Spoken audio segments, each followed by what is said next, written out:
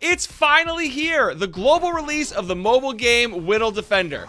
Now this game comes to you from the studio called Habi, which also brought you games like Survivor.io, Archero, Archero 2, Capybara Go, and so much more. And in this video, I'm going to give you all the codes you need to get started, even ones you won't find on the official Discord, as well as a beginner's guide that'll get you started with everything you need to know so you don't make any kinds of mistakes as you're getting started in the game.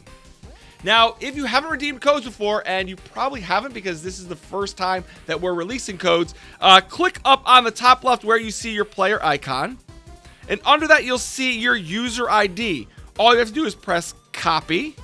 Then you're going to go to gift.whittledefender.com. And in the top box, you're going to paste your user ID. And your very first code is WD666. And once you put in the redemption code, underneath that, you'll see something that says verification code. Now, this will be a 4-digit number that shows up below that box. Everybody's is going to be different. It's going to be different every time you enter a code. So put in your 4-digit code, press redeem, say yes, and you'll see it says, congratulations, your reward has been sent to your in-game mailbox. Go and check it out. We will check them all out later, but I do believe that this one gives you 100 gems and 2 goddess waters. Your next code is WD888. And again, remember to change your verification code, then press redeem. And that will get you 100 gems and 10,000 gold. And perhaps one of my favorite codes is TOP 2025. That's TOP 2025. And that will get you 1 random legendary hero pack and 10,000 gold. Your next code is OB888. And that'll get you 60 gems, 600 gold, 30 promotion stones, 1 hero summon ticket, 2 common hammers, 1 goddess water, and 1 ice essence. And your final code is TOP WD666. And that'll get you 1 hero summon ticket and 100 gems. And now, once you go back into the game and go into your mail, you'll see all of your different rewards here. You can click claim all, and then you'll get all of your rewards at once. So as I mentioned, I've been playing this game for a few days, and there are a few things that I found that have been really helpful. The first is definitely go through the chapters. That is a quick way to level up, but also these daily challenges, once you unlock them, these give out great rewards, sometimes even better than the chapters. So I found that to be really helpful. And another thing that I found, and I did see this confirmed in Discord, and by the way, if you haven't checked out the official Discord, do that. There's some great stuff out there already for game tips and gameplay guides and things like that.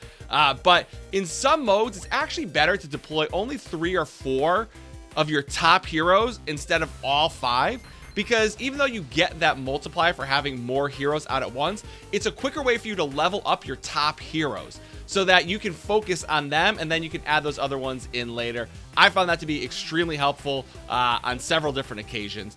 And I did notice that even though you'll see all kinds of people telling you what the top lineups are, there are some really good synergies in the game, things that I didn't know right away. So for instance, if you look at some of my heroes, the Ice Mage and the Ice Witch, if you have them both in your lineup, you have access to something called a chain skill.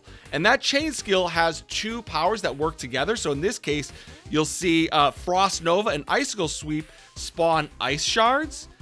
The same as with my Demon Hunter and Cat Assassin, they have something called Scatter Shot, where the musket burst and darts, the hits trigger something called Scatter Shot, which attacks random enemies. So definitely something to keep an eye on as you're building out your lineups to figure out what works best and what doesn't. Now, I have gone through and I've heard many of the top players discussing how to best maximize your resources in the market. Now, you'll see at the top, you'll see how many different Starlight Stones you have. And these can be a little bit difficult to come across, so you want to make sure you don't waste them.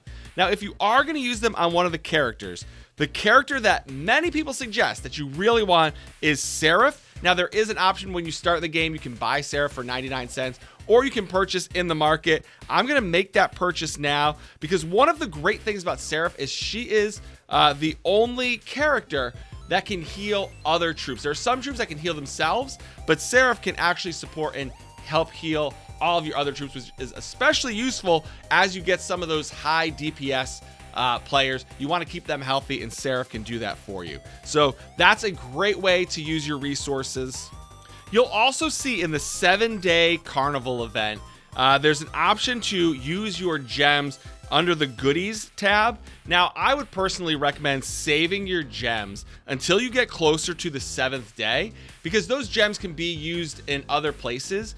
However, the one caveat to that is if you fall just short of that 150 that you need for Demon Spawn Zane, then it's worth it to go through and use those gems to get Zane. Now, I happen to draw Zane in just one of my pulls early on, so I would love another Zane so that I can start to star up, but I can tell you that Zane makes a huge difference in some of these challenges and chapters. He's great character, so highly recommend that, but save those gems until you know for sure that using those gems will get you Zane.